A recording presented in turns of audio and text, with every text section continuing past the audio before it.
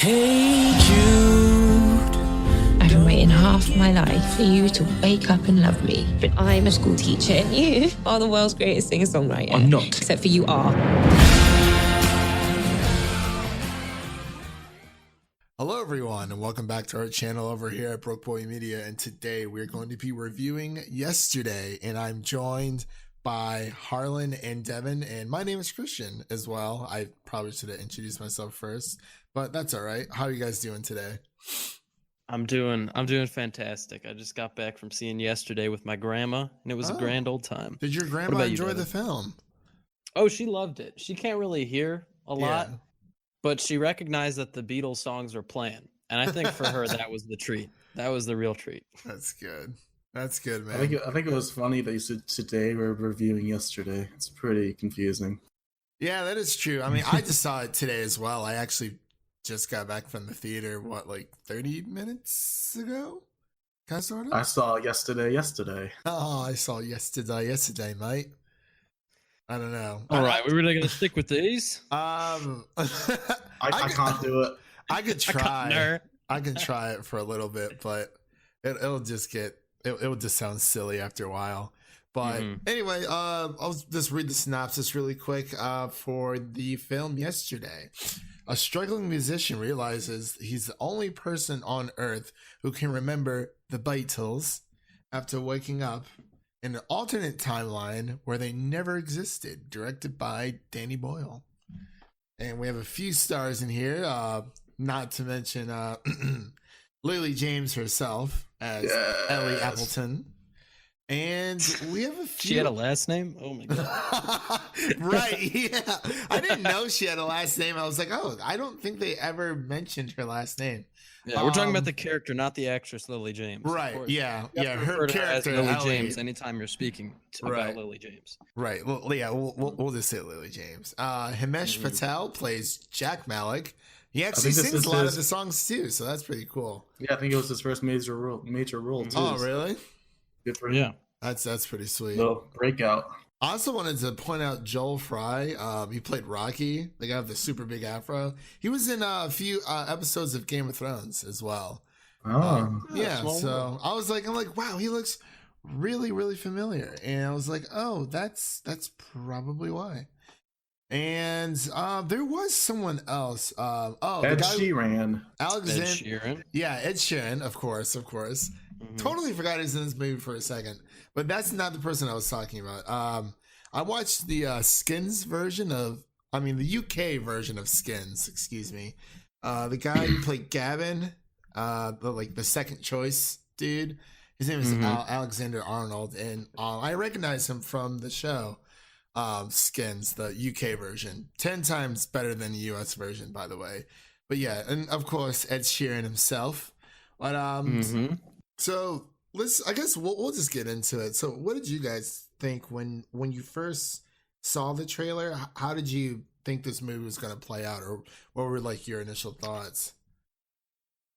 I thought that the trailer kind of gave away the whole movie, which was unfortunate in my viewing experience. But it turned out that the trailer kind of created this aura and this sensation of it being this huge, giant, big movie.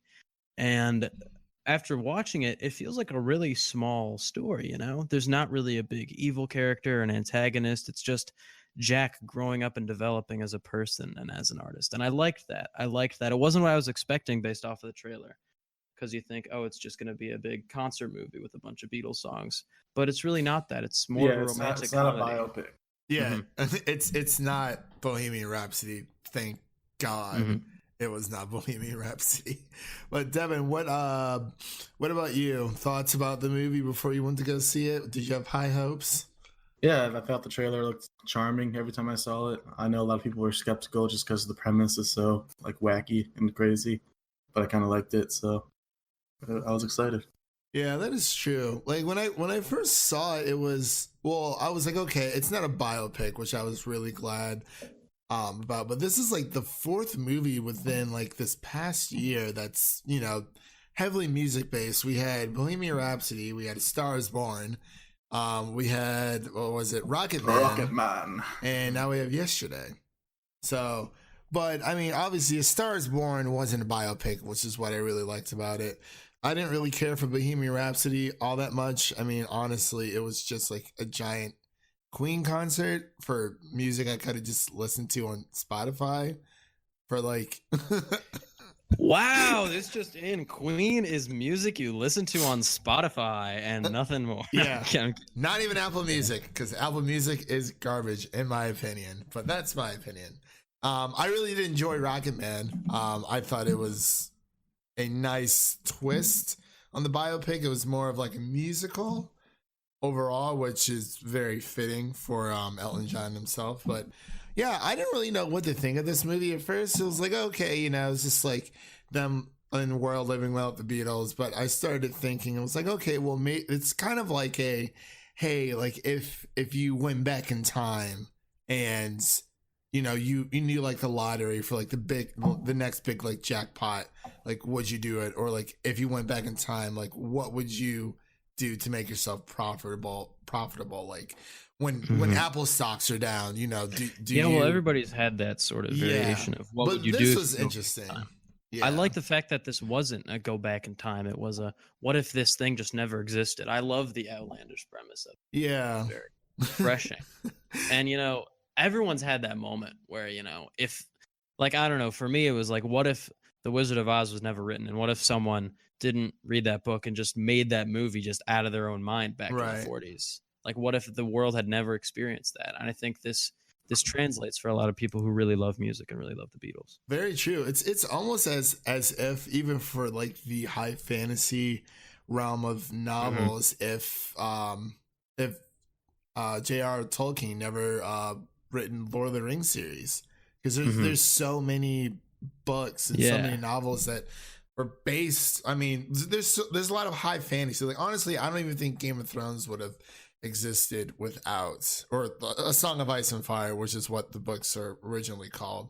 But I don't think it would have existed without it, because George R. R. Martin looked up to J.R. Tolkien like so much, and it's like Tolkien's just influenced so many people. Or I don't know, let's just say if like Marvel Comics never existed, like we wouldn't have the MCU, we wouldn't have Spider-Man. It's like, yeah, well, it's so hard to imagine a world without them. Mm-hmm. Because the movie even delves into, it's not just the Beatles that everyone's forgotten. There's a funny joke towards the end of the film. It was where cigarettes, like, cigarettes don't exist. Coca-Cola doesn't exist. The worst cocaine of them exists. all, Harry Potter. Harry Potter doesn't exist. I mean, in that situation, if you know this major property or this major band or anything doesn't exist, you would do the exact same thing as him. Absolutely. I kept trying to connect the dots as to why those are the things that didn't exist, and I could never come to any conclusion. I think they were just random things, because like it's just something you bring up in conversation. It's just, like, you know, they bring him a Pepsi. He's like, "Oh, do you have any Coke?" And at first, I thought they were talking about cocaine, and then he's like, "Coca-Cola." They're like, "I don't know what that is," and it's just something random that just kind of just happens, and you're like, "Oh, okay." So the Beatles isn't the only thing that's been affected. You know, by this maybe Danny Boyle's setting up a cinematic universe where someone rewrites Harry Potter. I've watched a bunch of movies like that. I'd love a bunch of cheesy. Yeah, go ahead. A sequel where someone wakes up and memes don't exist. That would be a terrible world to live in. I'm not gonna lie. You have to somehow create memes and not get any money for it, because no one makes money from memes. Text and pictures. What a revolutionary idea. That reminds me of Caleb City. He's this one YouTuber. He makes like these super short, like random funny clips, and he actually made a video about, it's like if stealing a meme or making like a meme was like illegal, and they like go through this entire spiel where like the cops come to his door and like take him away and stuff. I just thought that was kind of funny, but I'll have to show that to you guys later. It's just so random. But yeah, man, I didn't know what to expect from this movie, but I do agree with Harlan's point. Like, I felt like I already saw majority of the film in the trailer, even though, you know, this is an indie film, which I always adore indie films in general. But yeah, what did we think? Did we like it? I did like it. I mean, I just I like the fact that, I mean, obviously we're just talking about spoilers here in general. So Jack Malik, and there was like two other people in the entire world who knew about the Beatles, like that older, I think he was Russian guy with the beard, An older Russian guy and an old English woman. Yeah. And like at first I thought they were trying to like out him about it, like, oh, you didn't write these songs, and like, yeah, the movie builds you up and expects you to sort of They kind of were though, because they were like holding up the Yellow Submarine. They were like shouting, "Which one do you like best, George, Ringo?" Yada, yada. Yeah. So it's kind of weird how they kind of just 180'd. I guess they were just trying to get his attention, but it was weird that they were still. Yeah, because it had like an eerie like feel to it for me at least, and then they were like, "Oh, we just want to thank you for bringing their music back into the world and whatnot." And I was like, "Oh, well, that's nice of them." Yeah, there wasn't really a big antagonist in this movie. Yeah, that was out to get him, which I really liked. I mean, you could make an argument that Kate McKinnon or the Deborah Hanger, Ed Sheeran's manager, Ed Sheeran's manager, who I thought was absolutely hysterical. I thought was so incredible. The deadpan was just amazing every time. I saw a lot of reviews that did not appreciate her performance and her character. I thought she was perfectly cast. Oh yeah, like she was literally just like the essence of like what the music business actually is. Of the American pop industry. Yeah, she was like, I'm your manager, and it's your job to write songs and perform them, and I take majority of your check. That's literally how managers work, and songwriters and people who are just songwriters in general, because that is where the real money is.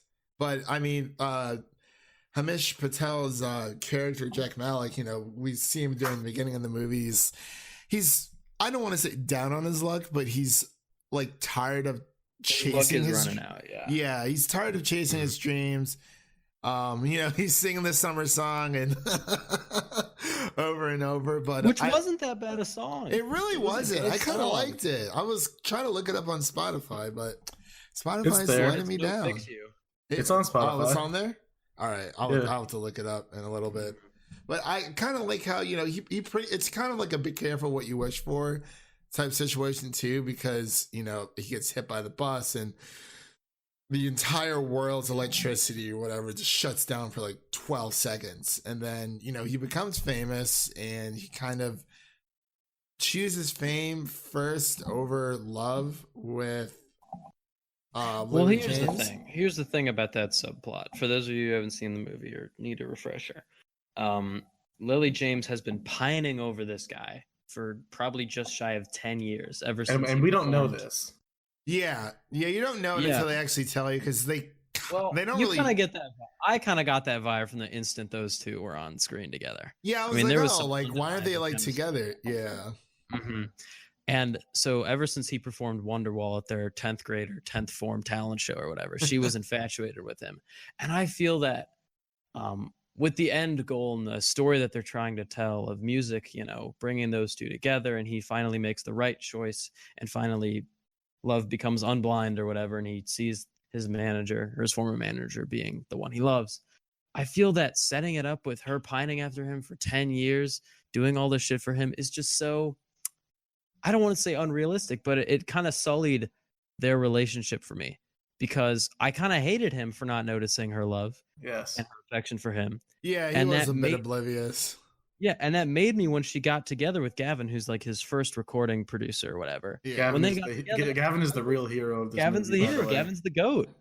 And I don't know. And I understand that it's a romantic comedy and a big fantasy, but that specific bit rubbed me the wrong way a little bit. I agree. The biggest issue for me is just, it starts off as the first like hour or so is obviously like mostly about the Beatles, and it's a big music, almost biopic type movie. Mm-hmm. But then the second half just becomes a very generic rom-com, and it's like to me it's like they had the script for a very basic rom-com and they wanted to make it, but then they just like, what if we added the Beatles to it?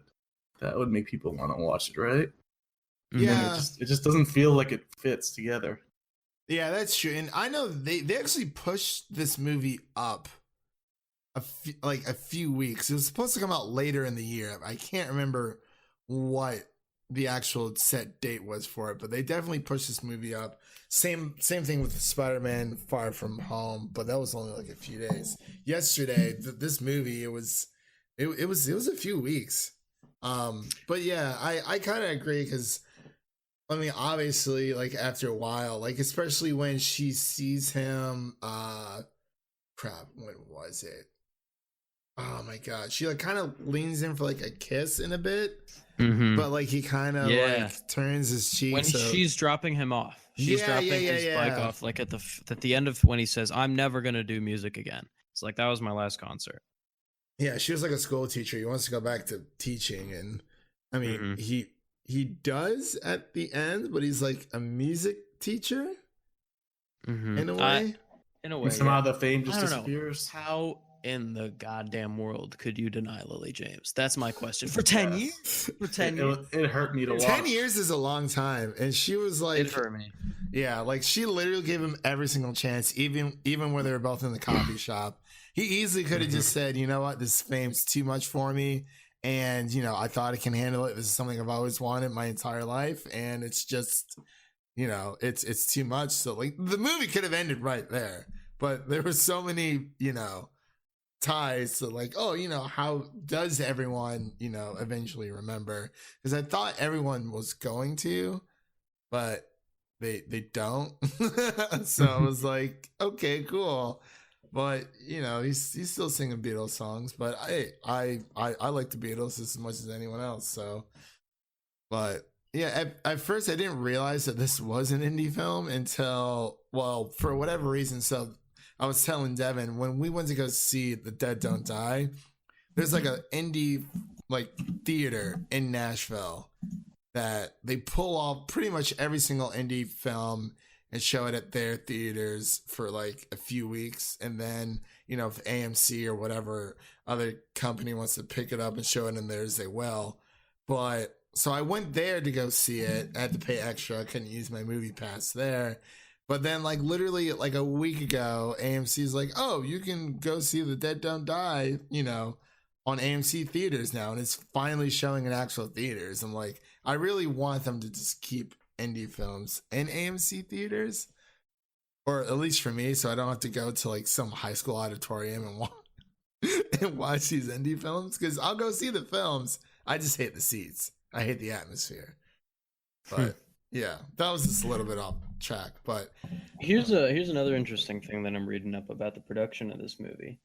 There was a love interest for Jack upon his arrival to America, played by Ana de Armas, but it was cut completely from the movie. That would have been interesting. And that showed up in the trailer, and I remember seeing her in the trailer and thinking, yeah, oh crap, where did she go? You're right. Which is, I feel that was a good call.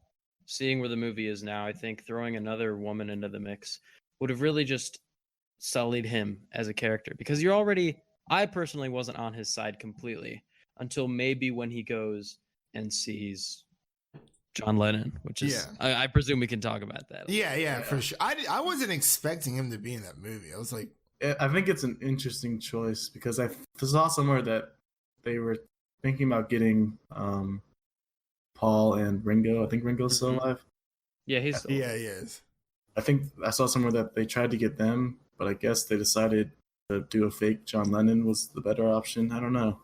Yeah, that kind of thing was weird. I think in the moment I didn't connect because, you know, I didn't grow up with the Beatles. Well, I grew up with the Beatles, but I didn't grow up with the height of their popularity. I already, you know, I listened to them after John and George had already passed away. Yeah. How did you guys get? But I think it's nice to know that there's that in this version of the world where the Beatles didn't get famous, that he's just a dude living in a shed, painting and being content with life. It's nice to have that and to know that if he wasn't assassinated, that's maybe where he would have ended up. It's also weird though, because like on the other end of that, it's like they're kind of saying Beatles didn't happen, he'd still be alive, so you shouldn't have been in the Beatles. I don't know, that's weird. I can understand that. Yeah, that's a bit odd. Yeah, I don't know. Okay, I want to talk about the thing I hated the most about this entire movie, and it still makes no sense to me. What? What the fuck was that James Corden scene? Yeah. They just cut. Really loves his they just cut to black. Was it a dream sequence? They didn't even like confirm that. It was like, it was absolutely a dream. But Yeah. like, why? That had to be. I don't Yeah. know. I didn't really like. I think that was his biggest fear. That was his biggest fear, that he was going to be exposed for a sham and be exposed. I think they made that scene just to make the trailer interesting. I Yeah. think you That's know the what? I only think you're reason. right because I was waiting for that scene to come, and I was like, man, like wait, like where's the twist? Where's the conflict? And then ended up just being a dream. I was looking forward to seeing Jimmy Kimmel, some Fallon, but no, yeah. Thursday Night Live. I like that the program still exists, but they just changed Yeah. the date. Yeah. Pretty much.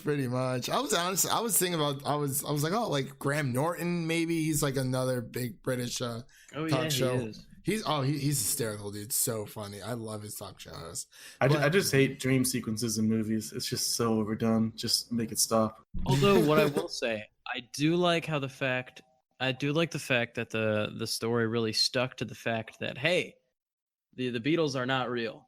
Or the Beatles never happened in this. Yeah, in like this they world. didn't go They back. didn't do a wake up, oh, he's fine. And the Beatles, of course, always still existed. I like that they committed to the fact that this weird electricity thing caused everyone to forget the Beatles. And then him getting hit by a Or bus. never existed. Mm-hmm. Which I like that it stuck to that weird fantastical. yeah, I'm glad that like, Right. oh, it wasn't just all a dream kind of thing. Yeah, I totally agree with that. But who are your guys' favorite actors from the movie, just in general? Mine was Oh, Lily. Lily. Mine was definitely Ed Sheeran. Like every Sheeran scene was that he was hysterical. in. Ed Sheeran was surprisingly a good actor. There was a like, moment whoa. where I was like, what if Ed Sheeran was the main character of this movie? Like, what if it was about Ed Sheeran? I thought It could've he was. been. I thought he was the one that's going to expose Jack, because when they do like the song write off, Mm-hmm. I thought he was going to be like, oh, He like just drops the long and winding road on him. yeah. I thought he was going to be like, oh, like, hey, like I know what's going on. This kid's like passing off, plagiarizing. I want to see like if he can actually write for real.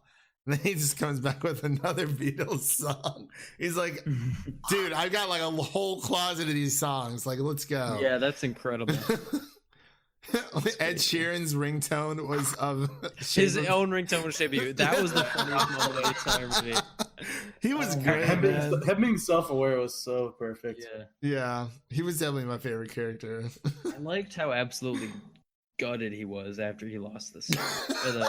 Yeah, he was like, He was like, gonna I'm go going to bed. I'm going to sleep. You're Mozart. I'm Salieri. Right. Good night, everyone. He was so pissed. Well, like he's like, yeah, he's like, He was cool about it though. right. He was like, if anyone wants to shag this guy, everyone in my audience are like, what?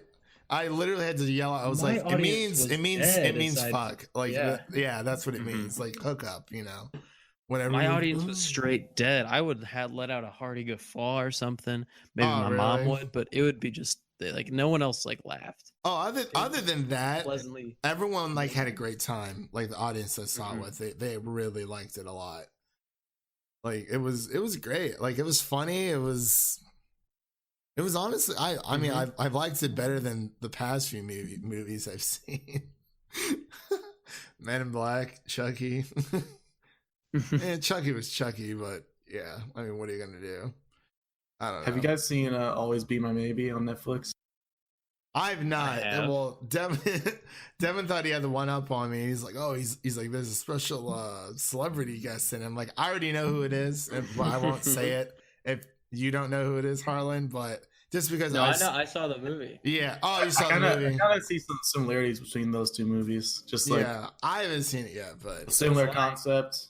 Well, we can review Always Be My Maybe. I really like dude, it. I'm down for. I'll watch it tomorrow after work. There you Record it. But yeah, I see some similarities with those two movies. So if you liked Yesterday, I recommend Always Be My Maybe, and then the other way around. Stranger too. Things 3.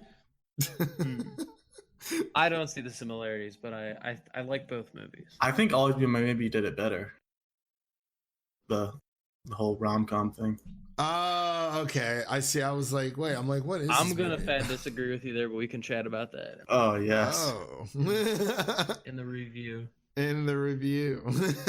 He's like, you know what? Screw it. I'm watching Spider-Man 3.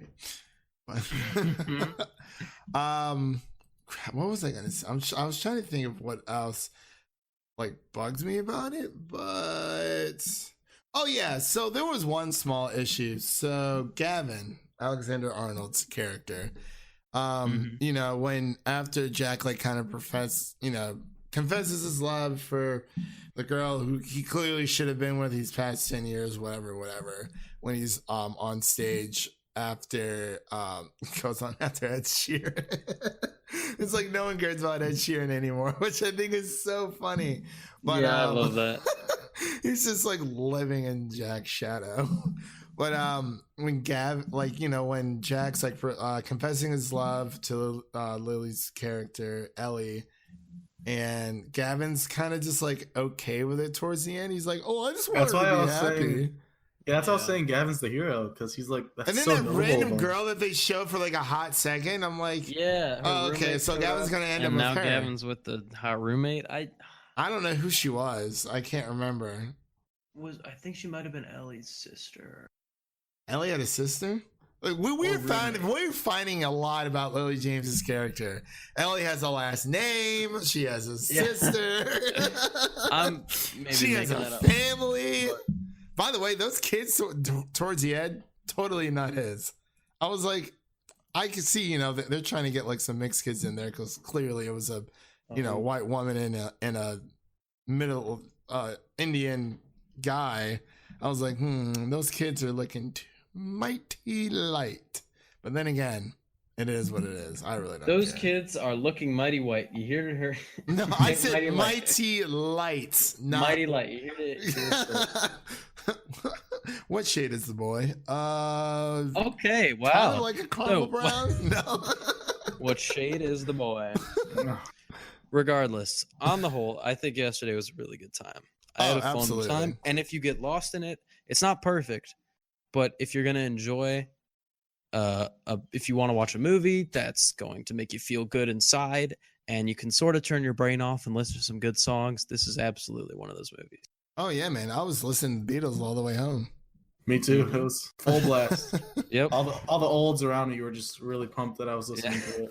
I was listening to it in my headphones. They really just didn't record them for headphones. They just that was not a thing. No, no, they did not. It's horrible. You gotta listen to them on real speakers. Yeah. Oh, for sure. But yeah, Time for reviews. Ratings. yeah. Well, yeah. I just want to say, Himesh, him singing, that was really He's got a good. bright future for He's sure. he's a star. For sure. Yeah. I really like it when, you know, biopics or not this, even though this isn't a biopic, when musical movies, you know, the people actually sing. Looking at you, Rami Malek, but that's fine too. But yeah, let's get into reviews. I mean, not reviews, scores. Ratings. Wow. Scores. Ratings, scores. Whoever wants to go first, they can. I'll just go last. Do mine out of 100. All right, I'll go first in the great tradition of going first. I think yesterday was a really good time. I've made that very clear. I think I'm going to go with a 75. Oh, I was gonna say that too. I think Direct I think it had an excellent soundtrack, was, you know, looked really pretty. I think it was a bit long, and my grandma fell asleep a little bit in the middle, so I really nudged her back in one of those nudged her. Oh no. Oh, Granny. But I think she had a good time on the whole. I wish that Jack was a little bit more likable as a character, and they set up him and Ellie's relationship, which I feel is the crux of the movie. I wish they set up that relationship differently. So Yeah, there was no like background information. Like Yeah, they they did the kinda just, flashback like- to the show in 10th grade, but then other than that, there's nothing. Yeah, they kind of just like throw you into it. They're like, hey, here's these two characters, and they're kind of sort of interested, but not really. And like, here's a little bit of a background because, you know, Jack likes to sing. So here's a flashback of him singing at a talent show when he was in like 4th grade. So you guys are both going to 75 with 100. Well, I'm gonna change mine now. Oh, I mean, like, it can be the same score if you really wanted to. I was planning on docking a few points just for the James Corden scene, anyways, because it was so stupid. man, And I like James Corden too. That's note to self: Devin hates James Corden. no. I like James Corden, but that Devin scene hates was so the Brits. stupid and pointless. Yeah, So honestly, anyways, I thought it would have been cool if it was Graham Norton. personally. I really did like the movie. I agree with everything Harlan said. I just dislike how the second half was just a really basic rom-com, and they didn't set it up enough for them to be able to transition into that like they tried to. Other than that, the first half was just a really fun concept, really cool Beatles songs, and everything was very fun and energetic and bright. So I'm going with 73. Ooh. So it's good. It's definitely good, but I think it could have been a lot better. Oh, for sure. I'm not gonna beat the dead horse. We all like the movie. But I think what really sold it for me was the fact that Himesh Patel sang during the entire film, and I'm a big Ed Sheeran fan myself, so I'm gonna give this a 78 out of 100. Ooh, all right. Yeah, I mean, I think it's very 75, commendable. 78. Yeah, like I think it's very commendable for just you like it's like okay, we're gonna have like, this music based movie, but you don't want to just play the soundtrack because if you're just gonna play the soundtrack, I can just go listen to that on Spotify. The fact that Himesh Patel, he sang these covers, he put his own little twists on them, and he has a really good voice. I mean, his voice is beautiful. It was kind of like Bradley Cooper. Like, who knew that guy could sing? I mean, like, no, he's not the best singer in the world, but like, it's good enough to be in the movie. So yeah, Himesh charmed the heck out of me. He really did, man. So yeah, I'm going 78 out of 100. Locked and loaded right then and there. No regrets. No givesies backsies. So yeah, that's it for me. Was there anything else you guys wanted to cover on that front before we wrap up here? Go watch Always Be My Maybe, and then we can have a little debate. So we'll for those listening at home, and I actually forgot to say this during the beginning, but you can find us on YouTube, Spotify, and iTunes and Podbean as well if you're an audio. Podbean. Yeah. Big Podbean. It's our huge Podbean guy. Are you really? No. Oh. I don't know who is, who isn't. I was like, okay, like how do we get our stuff on Spotify and iTunes? And it's like, oh, you have to create like an RSS feed. You have to have like a source of, so like when this goes up, like I upload it to Podbean, and since our RSS feed is already through iTunes and Spotify, it'll update through there. So it's like, I'm sending it to the source, and the source is, sending it out to all the other platforms that it's going to be on. But yeah, my mistake for not saying that earlier, but I'll probably just edit it out and put a little before we begin type thing. I mean, I feel like it's important. Be like, hey, you can whatever. Yeah, Podbean. No, it's important. Yeah, Podbean. Everyone, Podbean. Yeah. No, I was like, oh, no, we need to be on Spotify and iTunes for sure. And I'm like, Podbean. I don't know why people use that. But anyway, you can follow us on Twitter as well for everyone listening at home. At Broke Boy Media. That's broke_boy spelled BOI _media. And yeah, we will review Always Be My Maybe, because I definitely want us to do some Netflix stuff, and if you guys are down for it, I'm down to review some Stranger Things 3 for sure. Oh, absolutely. I also watched Umbrella Academy if you want to catch up on that. Oh, how many seasons? Just one, two? Just one. There's gonna be like freaking 8 probably. How many episodes? I don't know, 8 or 10. Oh, that's perfect. I'm assuming they're like an hour-long episodes though, since they're short. Okay, that's totally fine. But yeah, so we'll have those in the pipeline. Honestly, on 4th of July, I mean, I'm off work, but it's on a Thursday, so I probably will just watch Stranger Things 3. To be completely honest, I don't really plan on doing too much that day, but maybe something else during the weekend. And also, Spider-Man: Far From Home. Got to do that review as well, because that comes out this coming up Tuesday. So sounds like we have a plan. Go see Annabelle Comes Home. Oh, I'm good, man. I'm done. Midsummer? I'm maybe? I'm giving Child's Play a 70. I'm just giving. I'm giving Annabelle a 60. I'm giving Child's Play 65. Hey. Out of 100. All right. I don't know. But yeah, this has been the Broke Boy Media podcast. So we will see you guys in the next one. Let me just give you this advice. Song title. Hey, dude. Hey dude, are you sure? Hey, dude. It's so much better. Dude.